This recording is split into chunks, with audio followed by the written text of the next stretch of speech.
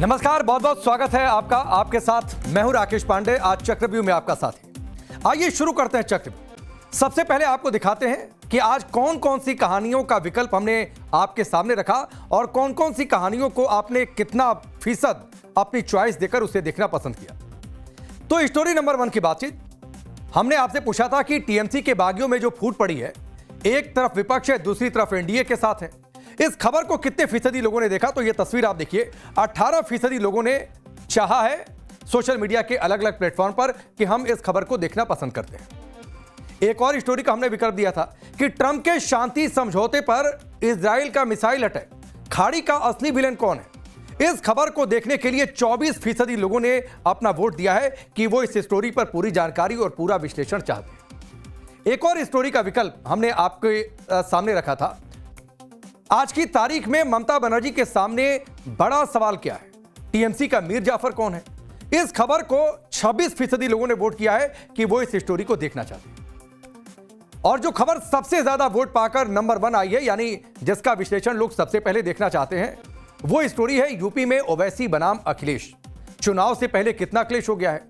इस खबर को देखने के लिए 32% दर्शकों ने अपनी दिलचस्पी दिखाई है कि वो इस खबर की पूरी जानकारी, उसके मायने, यूपी सियासत में ये कौन सा टर्न है, लोग इसको देखना पसंद करते हैं। तो आपकी चॉइस के मुताबिक चक्रव्यूह में आज की हमारी कवर स्टोरी, हमारी पहली स्टोरी यही है कि ओवैसी बनाम अखिलेश में क्लेश कितना है, कितने मोड़, क्या सियासी मायने, अलग अलग बयानों के।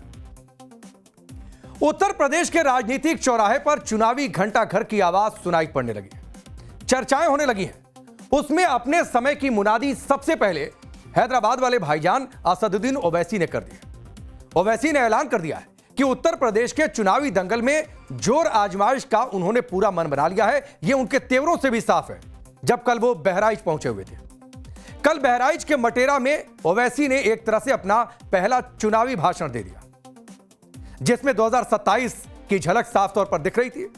ओवैसी के हिसाब से 2027 चुनाव का रोड मैप साफ दिख रहा था और जिसे अपना वो वोट बैंक मानते हैं, उस तक ये पैगाम, मैसेज पहुंचाने की कोशिश थी कि उनकी मजलिस ही यूपी के 4 करोड़ से ज्यादा मुसलमानों का भला कर सकती है। तमाम के तमाम कठपुतलियां हैं बीजेपी आरएसएस के। एक हवा के झोंके में तमाम के तमाम ने सर झुका दिया और बीजेपी में चले गए।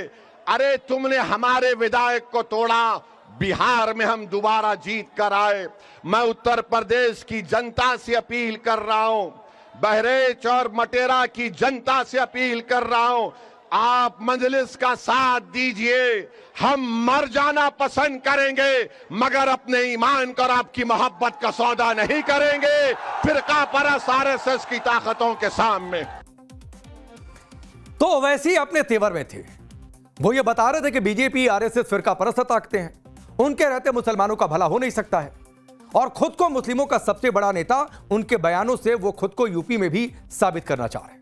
तो आज हम यूपी की राजनीति में ओवैसी के खेल का विश्लेषण करेंगे कि ओवैसी की रणनीति क्या है। वैसे यूपी की सियासत में 2 सबसे बड़े और अहम खिलाड़ी हैं और सब लोग इनकी चर्चा करते हैं कि यही 2 सबसे बड़े किरदार हैं यूपी की सियासत में। पहला नाम है मुख्यमंत्री योगी आदित्यनाथ का और दूसरा नाम है समाजवादी पार्टी के प्रमुख अखिलेश यादव का। वैसे बीएसपी सुप्रीमो मायावती भी 27 की लड़ाई का दावा ठोक रही हैं और कह रहे हैं कि इस बार 27 में वो सबसे बड़ा प्लेयर उभरेंगे। चंद्रशेखर आजाद भी इस रेस में है, लेकिन उसमें अहम एंट्री का ऐलान एमआईएम के प्रमुख असदुद्दीन ओवैसी ने कर दिया है। तो आज हम कुछ सवालों का जवाब तलाशेंगे। वो सवाल क्या है वो भी आपको बताता हूं। सवाल यह है कि ओवैसी उत्तर प्रदेश में कितनी सीटों पर लड़ने का मन बना चुके हैं और इसकी तैयारी भी क्या है, इसकी भी चर्चा होगी। ओवैसी सबसे ज्यादा अखिलेश यादव पर ही टारगेट क्यों कर रहे हैं, क्यों अखिलेश ही सबसे ज्यादा निशाने पर है ओवैसी के, जबकि उन्हीं से गठबंधन भी चाहते हैं। ओवैसी क्या उत्तर प्रदेश में बिहार वाली चुनावी राजनीति को दोहराना चाहते हैं या फिर जैसी बिहार में उन्हें कामयाबी मिली उस कामयाबी के सहारे एक नई कथा लिखना चाहते हैं? क्या सीमांचल वाला लाभ उन्हें यूपी में भी मिल सकता है? यह भी एक बड़ा सवाल है।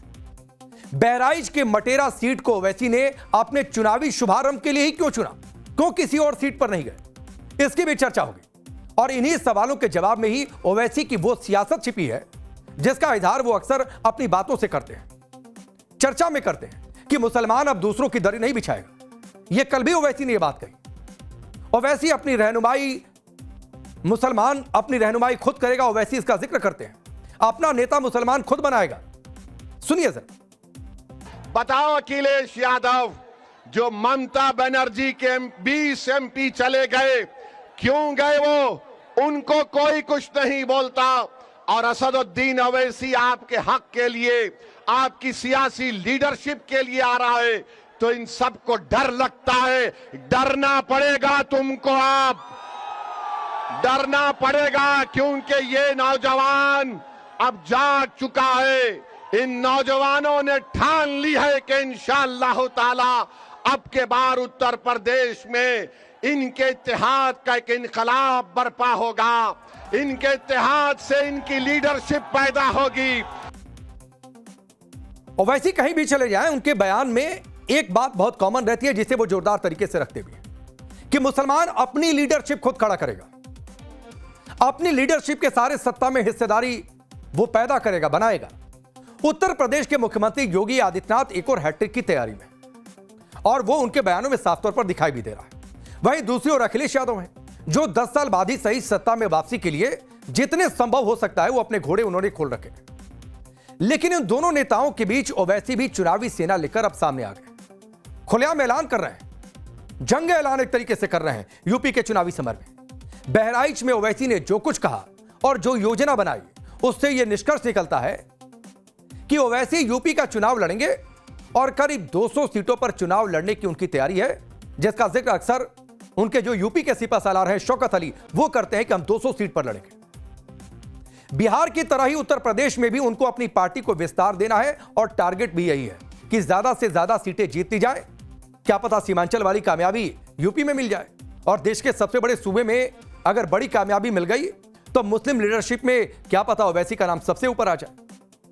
ओवैसी ये बताने की कोशिश कर रहे हैं कि उत्तर प्रदेश के मुसलमानों को अखिलेश यादव पर भरोसा नहीं करना चाहिए, और इसकी वजह भी ओवैसी बताते हैं। अखिलेश के लिए मुसलमान सिर्फ वोट बैंक है। यह बार बार इसका जिक्र एमआईएम की ओर से होता है। एमआईएम बार बार यह कहती है, ओवैसी बार बार यह कहते हैं कि अखिलेश यादव के लिए मुसलमान वोट बैंक से ज्यादा कुछ नहीं है। फिर भी वो ये कहकर अखिलेश के साथ हाथ मिलाने को तैयार है। ओवैसी ये मैसेज भी देने की कोशिश कर रहे हैं कि उनको बीजेपी का बी टीम कतई न माना जाए। आप सोचिए, दो बातें एक साथ हैं। एक और कह रहे हैं मुसलमानों का रहनुमा मैं हूं, अखिलेश यादव ने सिर्फ वोट बैंक के तौर पर इस्तेमाल किया, वहीं बीजेपी को हराने के नाम पर वो अखिलेश का साथ भी चाहते हैं। इन निष्कर्षों को समझना है तो आप पहले ओवैसी के इन दो बयानों को सुनिए। पार्टी दोबारा बीजेपी को उत्तर प्रदेश में आने से रोकने के लिए हम अलायंस करने के लिए तैयार हैं, बशर्ते के उस अलायंस में हमको इज्जत की निगाहों से देखा जाए, बराबरी का रुतबा दिया जाए। किसी के साथ नहीं, कोई किसी के साथ नहीं हो गए वो दिन जब कोई विकल्प में था। जमायम पार्टी बड़ी स्ट्रांग विकल्प के तौर पर उभरी है, और जो लोग इस तरह की बकवास कर रहे हैं उनका अंदाजा हो जाएगा। तो ओवैसी के इन दो बयानों को आपने सुना।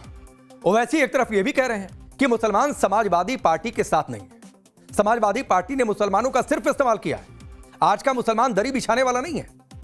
वहीं दूसरी तरफ वो ये भी कह रहे हैं कि बीजेपी को रोकने के लिए वो अलायंस करने के लिए भी तैयार है, जैसा वो बिहार के चुनाव में कह रहे थे बार बार। वो अलग बात है कि तब भी गठबंधन नहीं हो पाया था, और आज भी यूपी में गठबंधन होगा, इसकी संभावनाएं कम है। अब अगर मुसलमान समाजवादी पार्टी के साथ नहीं है तो सवाल तो ये उठता है कि उसी पार्टी के साथ गठबंधन की बात ओवैसी क्यों कर रहे हैं?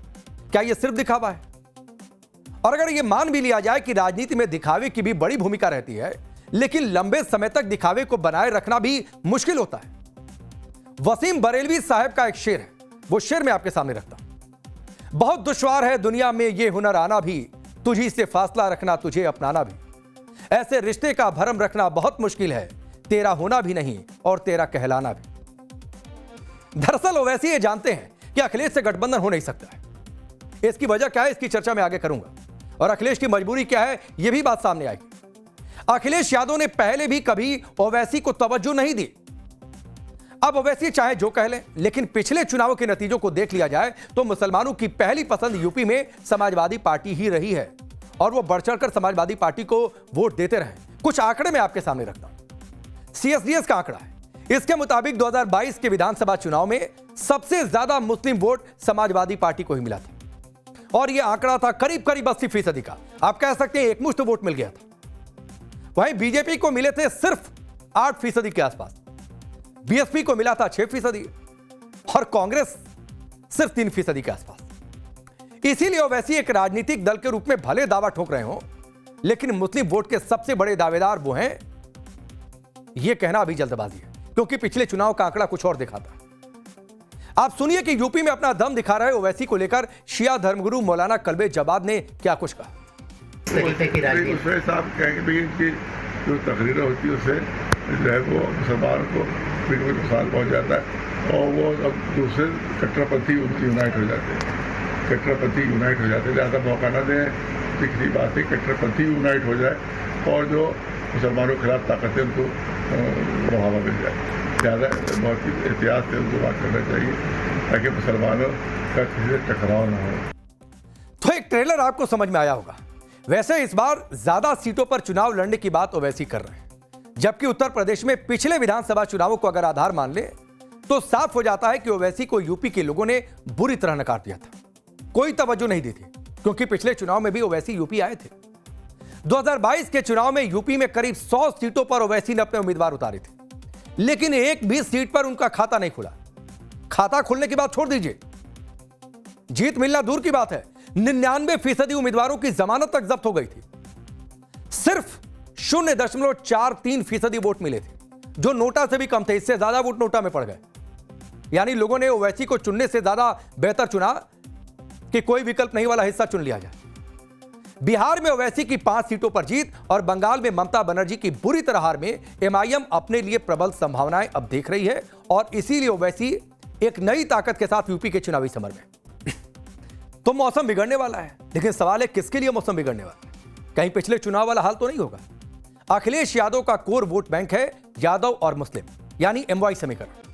लेकिन ओवैसी की पार्टी के रुख से साफ है कि वो समाजवादी पार्टी को सिर्फ यादवों की पार्टी बताने में जुट गए हैं, यानी एमवाई में से एम को अलग करना, अपने पास ले आना और सिर्फ वाई रह जाए समाजवादी पार्टी के पास। ये ओवैसी की स्ट्रेटजी है। जिन शौकत अली को ओवैसी ने उत्तर प्रदेश का प्रदेश अध्यक्ष बनाया है, यानी यूपी के जो सिपा सालार हैं ओवैसी के, जिन्हें अपना पहला उम्मीदवार भी बना लिया है बहराइच से, वो बीजेपी की योगी सरकार से ज्यादा समाजवादी पार्टी पर हमलावर नजर आते हैं। सुनिए। उत्तर प्रदेश में 60% यादव है, 52% सरकारी नौकरी में।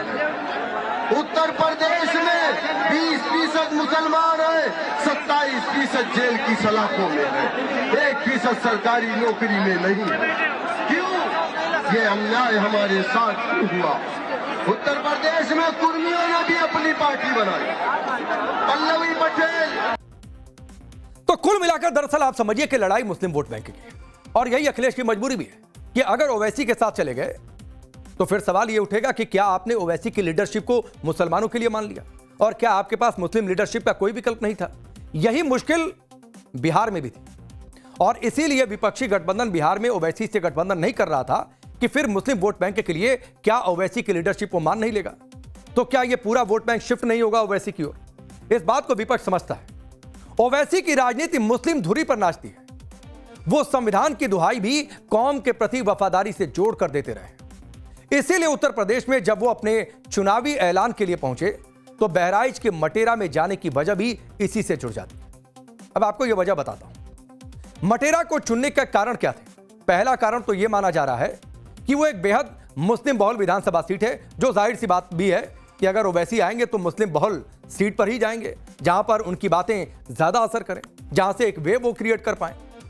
मुस्लिम आबादी मटेरा में करीब 45% है। पिछले 3 चुनावों से समाजवादी पार्टी का ही यहां पर कब्जा है। तो साफ है कि अब समाजवादी पार्टी के उस मजबूत किले में ओवैसी सेंध लगाना चाहते हैं जहां पर मुस्लिम बहुतायत में है वोट बैंक के तौर पर। वहीं मटेरा का एक ऐतिहासिक महत्व भी है।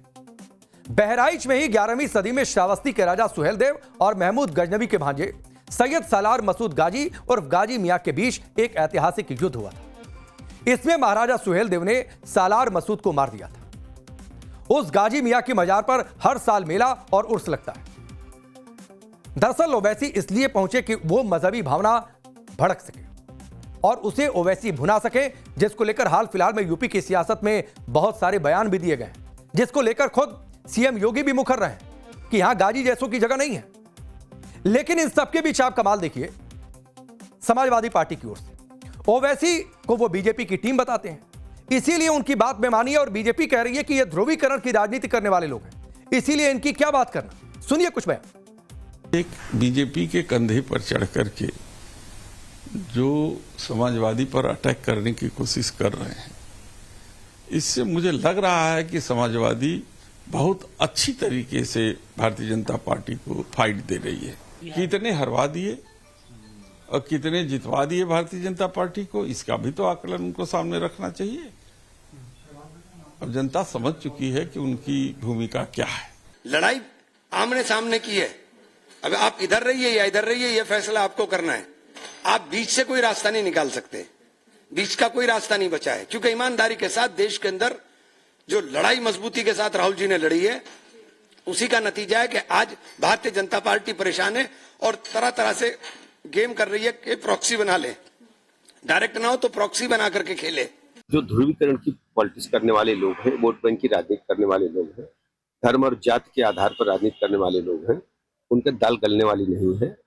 भारतीय जनता पार्टी सबका साथ सबका विकास सबके विश्वास के आधार पर माननीय प्रधानमंत्री नरेंद्र मोदी जी की गरीब कल्याण योजनाओं को जन जन तक पहुंचाने में सफल रही है और जन जन का आशीर्वाद माननीय प्रधानमंत्री नरेंद्र मोदी जी के साथ है। तो वैसे ही पूरा जोर लगा रहे हैं और जोर इस बात को लेकर लगा रहे हैं कि यूपी में एक चुनावी नैरेटिव वो लोगों को समझा सके और खासतौर पर मुस्लिम वोट बैंक को समझा सके कि दरअसल उनके लिए बेवफा कौन है। उनके लिए बेवफा है समाजवादी पार्टी। और बात सियासत में जब बेवफाई की आई है तो चलिए पश्चिम बंगाल चलते हैं, क्योंकि वहां भी इसकी चर्चा बहुत है और वहां भी ये पूछ रहा है कि भाई सनम बेवफा कौन है। पश्चिम बंगाल में इन दिनों राजनीतिक करुण कथा चल रही है। मुंशी प्रेमचंद अगर होते इस समय तो वो पूस की रात नहीं, बगावत की रात नाम से कहानी लिख देते पश्चिम बंगाल के हालात को देखकर, वहां की बेवफाई देखकर। अगर शरद चंद्र होते और उपन्यास आज की डेट में वो लिखते और फिल्म वाले होते तो नाम रखते सनम बेवफा, जो हमने यहां पर बड़ा सा लिखा हुआ है। क्योंकि टीएमसी में फूट पड़ी है, लेकिन इस फूट की कहानी सिर्फ 20 बागी सांसदों के पार्टी छोड़कर जाने तक नहीं है। ममता गुट के मुताबिक कहानी उस भरोसे के टूटने की बताई जा रही है जिस भरोसे पर ममता बनर्जी ने बागी नेताओं को सांसद बनाया, उन्हें मंत्री बनाया। कई सांसदों को तो फिल्मी दुनिया से राजनीति में लेकर आ गई और राजनीति जगत का सियासी सितारा उन्हें बना दिया। लोग उन्हें जानने लगे, उनकी बातचीत करने लगे एक नेता के तौर पर, फिल्मी सितारे के तौर पर नहीं। लेकिन आज की डेट में देखिए कहानी पलट गई है और वही नेता कह रहे हैं अलविदा ममता, नमस्ते मोदी। तो क्या सच में ममता बनर्जी की पार्टी टीएमसी से लोकसभा का चुनाव लड़े 20 सांसद सनम बेवफा निकले, या फिर कहानी इससे थोड़ी अलग है? टीएमसी के अंदर एक ऐसा माहौल क्या वाकई में बन गया था कि इन सांसदों का पार्टी में दम घुटने लगा था और यह घुटन उन्हें मजबूर कर रही थी कि मौका मिले और यहां से बाहर निकलो।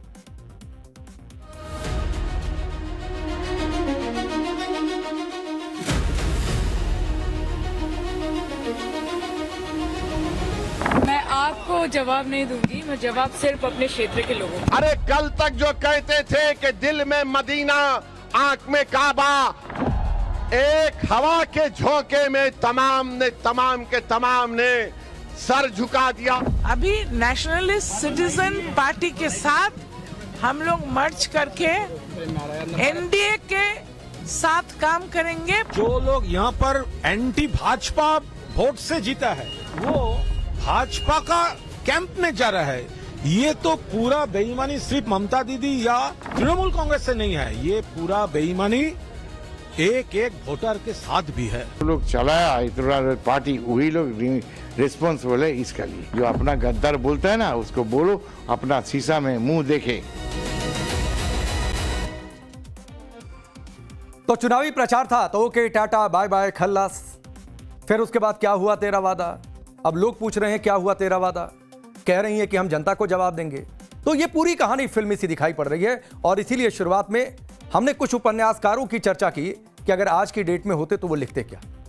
वैसे इस सो कॉल्ड सनम बेवफा कहानी की शुरुआत 4 मई के बाद से हो गई थी, लेकिन क्लाइमेक्स कल दिल्ली में नजर आया जब टीएमसी के 28 में से 17 सांसद अपने गुट के 20 सांसदों की चिट्ठी लेकर लोकसभा स्पीकर ओम बिरला से मिलने पहुंच गए कि साहब ये चिट्ठी है और इतने लोग हमारे साथ हैं, और यह दावा कर दिया उनके सामने कि हम 2/3 सांसद हैं, हमें अलग गुट मान लिया जाए। और बाकायदा जाहिर सी बात है संविधान का हवाला भी दिया गया। इतना ही नहीं, उन्होंने संसद में अलग बैठने की जगह भी मांगी कि हम ये विपक्ष के साथ अब बैठना नहीं चाहते हैं, अलग हटाइए हमें। और उसके बाद नाम आ गया एक पार्टी का जिसमें उन्होंने अपने विलय की बात कही। उस पार्टी का नाम है एनसीपीआई, और इस पार्टी में अपने मर्जर का ऐलान कर दिया। यहां भी एक दिलचस्प बात है जिसकी चर्चा मैं आगे करूंगा। बागी सांसदों ने दावा किया कि अब हम प्रधानमंत्री मोदी के नेतृत्व वाले एनडीए का समर्थन करेंगे। कुछ जो चेहरे हैं उन चेहरों को आप देखिए, बहुत ध्यान से देखिए। सुदीप बंदोपाध्याय हैं, ये तस्वीर आप देखिए, इन सारे नामों को, इन सारे चेहरों को। 6 बार के सांसद। काकोली घोष 4 बार से सांसद। देव अधिकारी 3 बार से सांसद। प्रसून बनर्जी 3 बार से सांसद। तो ये वो चेहरे हैं जो टेलीविजन स्क्रीन के इस हिस्से में आपको दिखाई दे रहे थे, जिन्हें ममता बनर्जी ने बार बार टिकट दिया और बार बार उन्हें सांसद बनाया कि आप चलिए देश की संसद में पहुंचिए। कल से पहले तक इनकी पहचान तृणमूल कांग्रेस की थी। टीएमसी के सांसद के तौर पर डेजिग्नेशन में लिखा जाता था टीएमसी सांसद। लेकिन आज वही लोग कह रहे हैं कि हम अलग है, हमारी पहचान है, तो ये डेजिग्नेशन चेंज कर दीजिए, अब हम टीएमसी के नहीं हैं। तो सवाल उठ रहा है कि असली सनम बेवफा कौन है? ममता की पार्टी से खुद को अलग कर चुके ये सांसद, या फिर टीएमसी की वो लीडरशिप जिस पर अहंकारी और परिवारवाद का आरोप लगाया जा रहा है? सुनिए, जब हमारी सहयोगी पूजा मेहता ने बागी गुट की सांसद माला रॉय से सवाल किया तो उन्होंने कोई भी उत्तर देने से दो टूक मना कर दिया। हमारे साथ सांसद माला रॉय है जो कल ही जो है मर्ज हुए हैं एनसीपीआई में। दीदी, कल आपका मर्जर हुआ है, जो बोलेगा सुदीप बंदोपाध्याय बोलेगा। लेकिन क्या वजह रही कि आप टीएमसी से निकल गए? कोई वजह तो रही होगी, क्या कोई दिक्कत थी पार्टी में?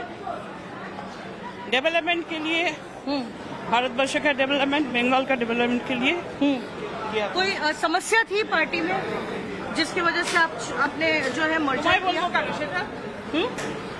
तुम्हारे बोलबो केन? तो मीडिया ही तो सवाल करेगी ना आपसे। मीडिया ही तो सवाल करेगी ना। मीडिया ही तो आपसे सवाल करेगी। ये काम नहीं है। आप टेम्पर क्यों लूज कर रहे हैं? आपसे बस पूछा जा रहा है कि आपने जो हम तो बोला था जो सुदीप बंदोपाध्याय, पॉलिटिकल लीड सुदीप बंदोपाध्याय। लेकिन पार्टी तो आपने भी छोड़ा ना, तो आपकी तो कोई वजह रही होगी। आपकी क्या वजह रही जो है टीएमसी को छोड़कर आपने जो मर्जर किया, जो 20 सांसद के ग्रुप में आप ज्वाइन किया मैम आपने, तो आपका क्या रीजन था?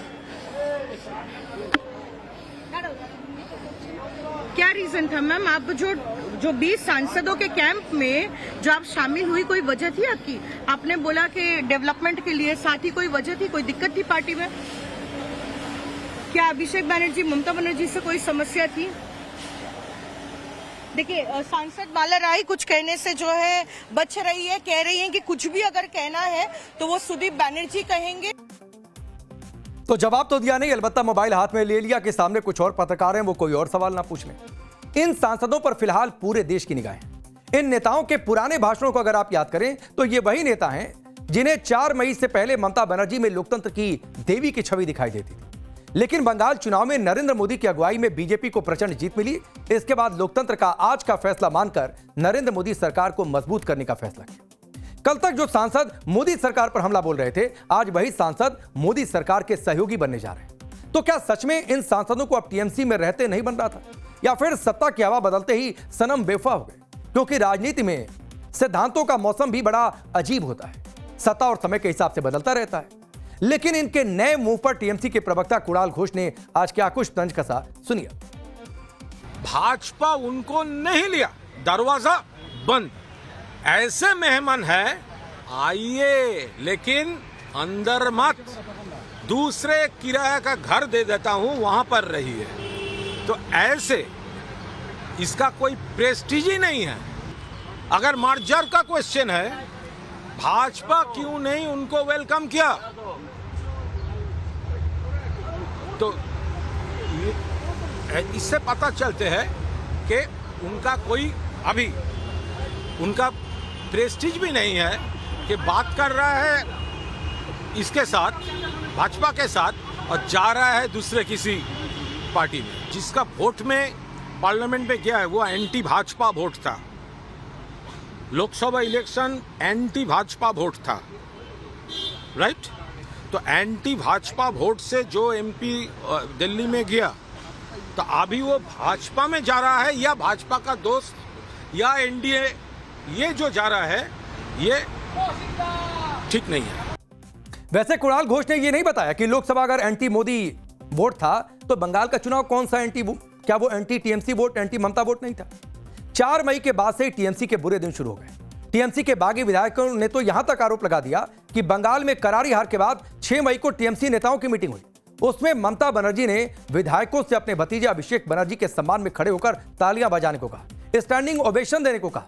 तब तक कई सीनियर विधायक खड़े नहीं हुए, उन्होंने अभिषेक के लिए तालियां भी नहीं बजाई। दावा किया जा रहा है कि टीएमसी की आज की सनम बेवफा फिल्म की शुरुआत उसी दिन से शुरू हो गई। नेताओं की वही खामोशी असंतोष बगावत की मुनादी में बदल गया और अब तृणमूल तिनका तिनका बिखरने के कगार पर पहुंच चुका है।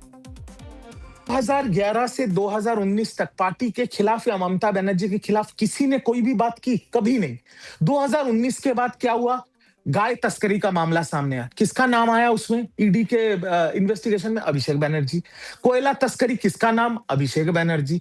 टीचर्स रिक्रूटमेंट स्कैम, किसका नाम? अभिषेक बनर्जी। अपने विधायकों का फर्जी साइन करने में किसका नाम? अभिषेक बनर्जी। अवैध निर्माण में कॉर्पोरेशन नोटिस जारी कर रहा है, किसका नाम? अभिषेक बनर्जी। आज कल्याण बनर्जी के ऊपर तो ईडी सीबीआई नहीं हो रहा, रिजू दत्ता के ऊपर तो ईडी सीबीआई नहीं हो रही है। 2021 के बाद पार्टी ममता दीदी के कंट्रोल में नहीं थी। पार्टी से लेके पूरा स्टेट का एडमिनिस्ट्रेशन, सारा चीज अभिषेक बनर्जी के हाथ में चला गया था। और क्योंकि ममता दीदी का अंधा सपोर्ट था उनके ऊपर, इसीलिए पार्टी के वरिष्ठ नेता हो, सांसद हो, विधायक हो या हमारे जैसे कार्यकर्ता हो, किसी की मुंह खोलने की कोई जुर्रत नहीं थी या कोई जगह भी नहीं था। सबसे दिलचस्प कहानी उस एनसीपीआई पार्टी की है जिसमें टीएमसी से चुनाव जीते 20 सांसद जाकर मिल गए। एनसीपीआई का पूरा नाम है nationalist citizens party of India. Nationalist citizens party of India यानी एनसीपीआई का रजिस्टर्ड पता पश्चिम बंगाल के हावड़ा के बानीपुर इलाके में। यह पार्टी सिर्फ 3 साल पुरानी है। 2022 में उत्तिया कुंडू और उनकी पत्नी शेवली कुंडू ने इस पार्टी को बनाया था। एनसीपीआई ने तब त्रिपुरा में चुनाव लड़ा, पार्टी को कुल जमा 1200 वोट भी नहीं मिले। तब एनसीपीआई पार्टी का नारा था दल बदलू नेताओं को नकारो। लेकिन आप विडंबना देखिए, कल उसी पार्टी में 20 सांसदों का विलय हो गया।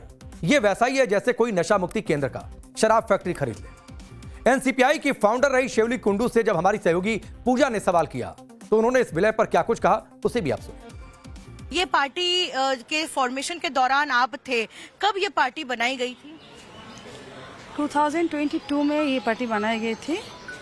उसके बाद हम लोगों ने त्रिपुरा इलेक्शन में पार्टिसिपेट किया था। मैं बताना चाहती हूँ कि मैं कुछ दिन पहले इस पार्टी से रिजाइन कर चुकी हूँ, ठीक है। तो मैं अभी इस पार्टी का प्रेसिडेंट हूँ नहीं, पर पार्टी का मेंबर भी नहीं हूँ। आपने ये न्यूज सुनी और ये खबर मिली कि 20 सांसद जो है इस पार्टी में, जिसके साथ आप जुड़ी थी कुछ समय पहले तक, जो है इस पार्टी के अब 20 सांसद हैं, तो क्या आप वापस जाएंगे इस पार्टी में या क्या सोच है आपकी? नहीं, मैं तो काम में ही बिजी हूँ, मेरा पर्सनल काम में बिजी हूँ। मैं पर्सनल काम की वजह से ही रिजाइन कर दिया, तो वापस जाने का पॉसिबल है। टीएमसी के सूत्र तो यह भी बता रहे हैं कि काकोली घोष को एनसीपीआई का अध्यक्ष बना दिया गया। 31 मई को काकोली घोष को एनसीपीआई का अध्यक्ष चुना गया था। वहीं पार्टी के अध्यक्ष शेवली कुंडू ने 28 मई 2026 को पार्टी की प्राथमिक सदस्यता के साथ साथ अध्यक्ष पद से भी इस्तीफा दे दिया था। आपको याद दिला दूं कि 18 मई 2026 को काकोली ने टीएमसी में फूट का दावा किया था। इसके बाद अंदर ही अंदर एनसीपीआई की पॉलिटिकल अफेयर्स कमेटी ने काकोली को पार्टी का अध्यक्ष घोषित कर दिया। Nationalist citizens party of India यानी एनसीपीआई 20 बागी सांसदों के विलय के बाद एनडीए की दूसरी सबसे बड़ी सहयोगी पार्टी बन सकती है, क्योंकि बीजेपी के बाद सबसे ज्यादा अगर कोई सांसद हैं तो 20 सांसद वो एनसीपीआई के पास।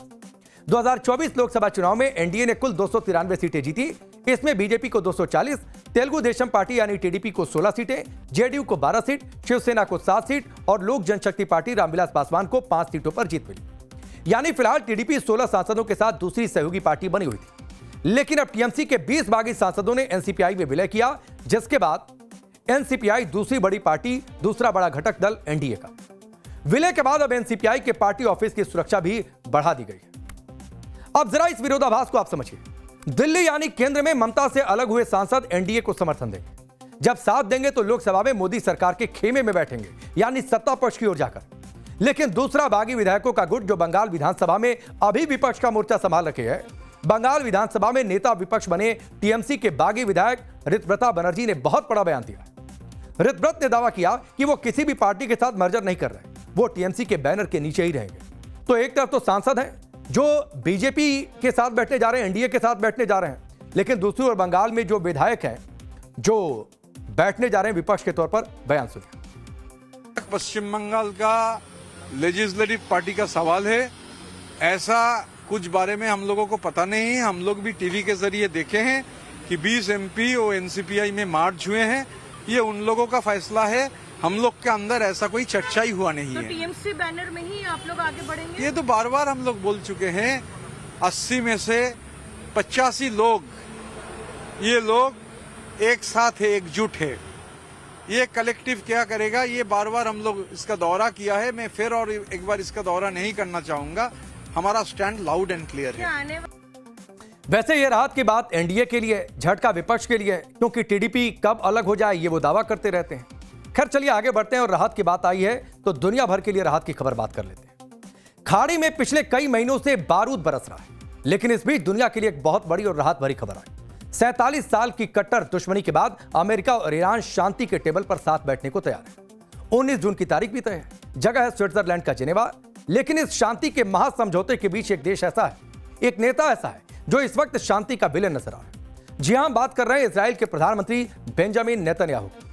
जब अमेरिका कह रहा है कि युद्ध रोक दो, जब ईरान कह रहा है कि हम समझौते के लिए तैयार हैं, तब इजराइल कह रहा है हम ट्रंप की बात नहीं मानेंगे। इजराइल का साफ कहना है कि वो लेबनान से अपनी सेना नहीं हटाने वाला। तो सवाल उठता है कि आखिर इजराइल चाहता क्या है?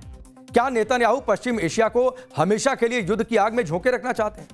अमेरिका ईरान की डील से इजराइल इतना खौफजदा और बौखलाया क्यों है? महीनों की खूनी जंग, तनाव और धमकियों के बाद आखिरकार अमेरिका और ईरान के बीच बर्फ पिघल गई।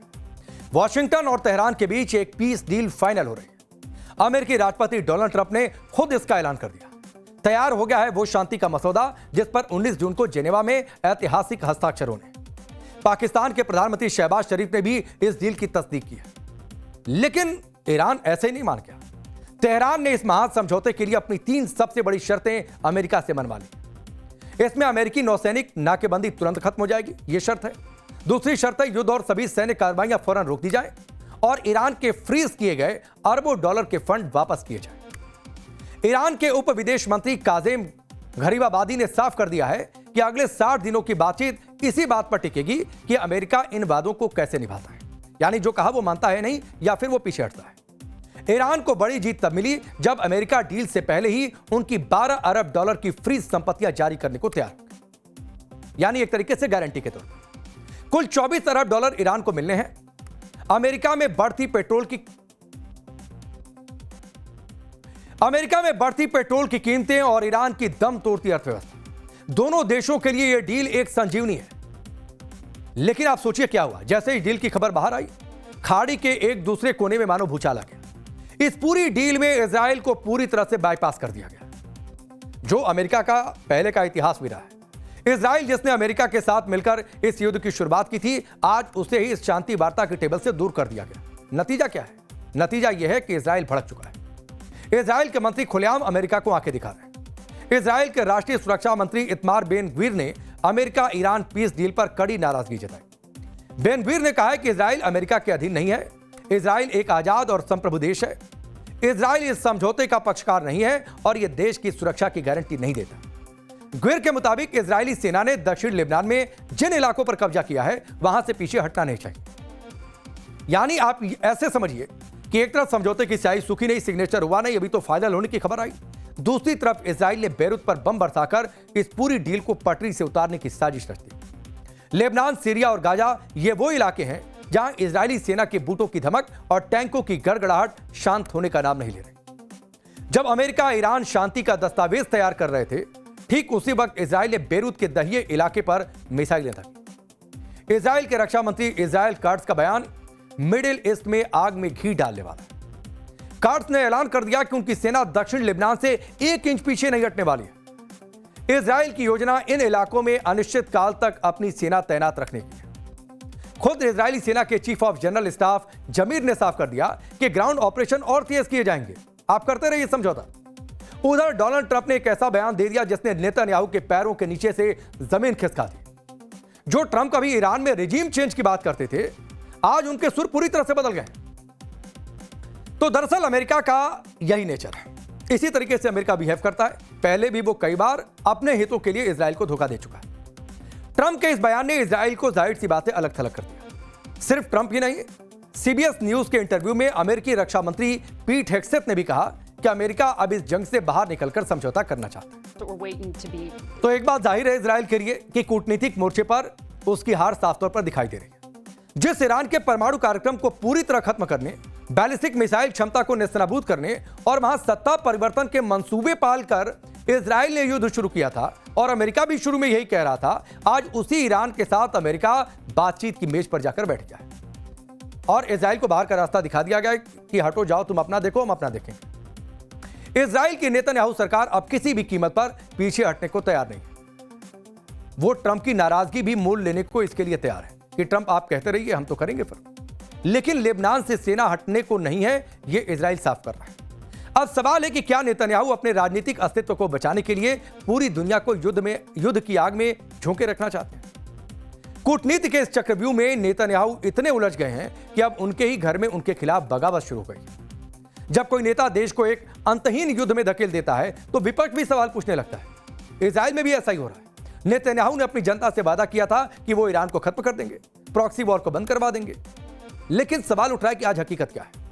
ईरान पहले से ज्यादा मजबूत होकर उभरा है और उसके अरबों डॉलर भी उसे वापस मिल रहे हैं जो अमेरिका ने कभी फ्रीज करके रखे थे। इजराइल के अंदर ही अब नेतन्याहू को कमजोर और फेलियर बताया जा रहा है। नेतन्याहू ने युद्ध तो शुरू कर दिया, लेकिन उसे खत्म कैसे करना है ये उन्हें नहीं पता। लोग इसको लेकर सवाल पूछ रहे हैं और इसी का नतीजा है कि इजराइल की डेमोक्रेट्स पार्टी के चीफ याइर गोलान ने नेतन्याहू के खिलाफ सीधा मोर्चा खोल दिया। तो इजराइल में विपक्ष आरोप लगा रहा है कि नेतन्याहू के झूठे वादों की वजह से आज इजराइल की स्थिति दुनिया में सबसे ज्यादा कमजोर हो गई। उधर अमेरिका में भी इस डील को लेकर राजनीति तेज है। अमेरिकी डेमोक्रेट सांसद क्रिस मर्फी भले ही इस समझौते को ईरान के सामने सरेंडर मान रहे हैं, लेकिन वो भी मानते हैं कि अमेरिका के हित इसी में है कि यह जंग अब रुक जाए। इधर ईरान के राष्ट्रपति मसूद पेजेश्कियान भी अपने देश में कट्टरपंथियों का सामना कर रहे हैं। ईरान में भी डील का विरोध हो रहा है, लेकिन पेजेश्कियान ने साफ कर दिया है कि देश हित में यह समझौता जरूरी है। यानी ईरान और अमेरिका दोनों शांति की कीमत समझ रहे हैं, सिवाय एक शख्स के, और वो शख्स हैं Benjamin Netanyahu. America Iran peace deal के बाद फ्रांस में जारी G7 से भी एक बड़ी खबर आ रही है। बड़ी खबर यह है कि ब्रिटेन, फ्रांस, जर्मनी और इटली ने ईरान से प्रतिबंध हटाने की पूरी तैयारी कर ली है। तो सवाल लोग पूछ रहे हैं कि क्या यह सब कुछ इस समझौते का हिस्सा है क्या? इन चारों यूरोपीय देशों ने अपना साझा बयान जारी करते हुए कहा है कि ईरान कभी परमाणु हथियार हासिल नहीं करे। यह सुनिश्चित करने के लिए अमेरिका, ईरान और IAEA के साथ मिलकर काम करने को पूरी तरह तैयार है और इसके लिए प्रतिबंध धीरे धीरे हटाए जाएंगे। यानी अब ये वे क्लियर होता दिख रहा है, रूट क्लियर होता दिख रहा है कि अब दुनिया में शांति आ जाएगी। ईरान रिबिल्ड भी होगा, वहां डेवलपमेंट के प्रोग्राम भी चलेंगे और ये युद्ध भी पूरी तरीके से समाप्त हो जाएगा और इसमें यूरोप अमेरिका के साथ। वॉशिंगटन तेहरान में जो डील फाइनल हो रही है, इसमें सबसे बड़ा विवाद ईरान के एटमी प्रोग्राम को लेकर। ईरान का परमाणु कार्यक्रम लंबे वक्त से जियोपॉलिटिक्स का बड़ा मुद्दा रहा है। ईरान लगातार दावा करता है कि उसका परमाणु कार्यक्रम पूरी तरह शांतिपूर्ण है और मकसद बिजली उत्पादन के अलावा जरूरी नागरिक जरूरतों को पूरा करना है। लेकिन अमेरिका और इजराइल इस दावे को मानते नहीं। उनका यह मानना रहा है, या फिर दोनों देशों का कहना रहा है, कि ईरान परमाणु हथियार बनाने की क्षमता विकसित करने की कोशिश कर रहा है। दरअसल 2015 में परमाणु समझौते के तहत ईरान ने यूरेनियम एनरिचमेंट का लेवल 3.67% तक सीमित रखने पर सहमति दी थी। 3.67% संवर्धित यूरेनियम का इस्तेमाल एटमी पावर प्लांट के फ्यूल के रूप में किया जा सकता है। एटमी वेपन बनाने के लिए आमतौर पर 90% या उससे अधिक संवर्धित यूरेनियम की जरूरत पड़ती है। 2018 में ट्रंप ने अमेरिका को 2015 के परमाणु समझौते से बाहर निकाल दिया। इसके बाद ईरान ने धीरे धीरे यूरेनियम संवर्धन का स्तर बढ़ाना शुरू कर दिया। ईरान ने खुले तौर पर 3.67% की सीमा से ऊपर जाना शुरू कर दिया। तो सवाल है कि ईरान यूरेनियम एनरिचमेंट को लेकर कहां पहुंच चुका है। इंटरनेशनल एटॉमिक एनर्जी एजेंसी यानी IAEA के मुताबिक जून 2025 तक ईरान 60% तक यूरेनियम संवर्धित कर रहा था। उसके पास 60% संवर्धित यूरेनियम का करीब 400 किलोग्राम का भंडार था। यह लेवल परमाणु हथियार के लिए जरूरी 90% से नीचे है, लेकिन सिविल इस्तेमाल के लिए जो जरूरी लेवल है उससे काफी ज्यादा है। खाड़ी की इस भारी टेंशन और युद्ध के सुलगते सवालों के बीच जाते जाते बात अमेरिका से आई एक बेहद दिलचस्प और एक्शन पैक्ड खबर की भी कर लेते हैं। व्हाइट हाउस का साउथ लॉन इस बार किसी राजनीतिक प्रेस कॉन्फ्रेंस का नहीं बल्कि फाइटर्स के पंच और किक का गवाह बन गया। मौका था अमेरिकी राष्ट्रपति डोनाल्ड ट्रंप के 80वें जन्मदिन का और ट्रंप ने अपना यह बर्थडे किसी आम पार्टी के जरिए नहीं बल्कि एक धमाकेदार अल्टीमेट फाइटिंग चैंपियनशिप यानी UFC इवेंट के साथ सेलिब्रेट किया। वैसे ये पीस डील वाली भी बात उनके दिमाग में चल रही थी, खुशी उसकी भी थी कि युद्ध रुक रहे हैं, बाहर निकल रहे हैं। आपको जानकर हैरानी होगी कि UFC ने इस आयोजन पर करीब $6 करोड़ यानी 567 करोड़ रुपए खर्च कर। तो ये भी एक तस्वीर है, लेकिन चूंकि चक्रव्यूह में पब्लिक व्यू मायने रखता है तो चलते चलते कुछ राय पब्लिक की आपके सामने रखता हूं। माधुरी हमारी दर्शक है, वो ये कहती है कि जो पार्टी बगावत से पैदा हुई थी वो पार्टी बगावत में बह गई। महेंद्र हमारे एक दर्शक है, वो ये कह रहे हैं कि ईरान ने अमेरिका का धुआं निकाल के रखा। तो ये दर्शकों की राय, दर्शकों का व्यू इस पब्लिक व्यू में। तो इसी के साथ चक्रव्यूह में आज बस इतना ही। कल फिर आपसे मुलाकात होगी। बहुत बहुत धन्यवाद। नमस्कार।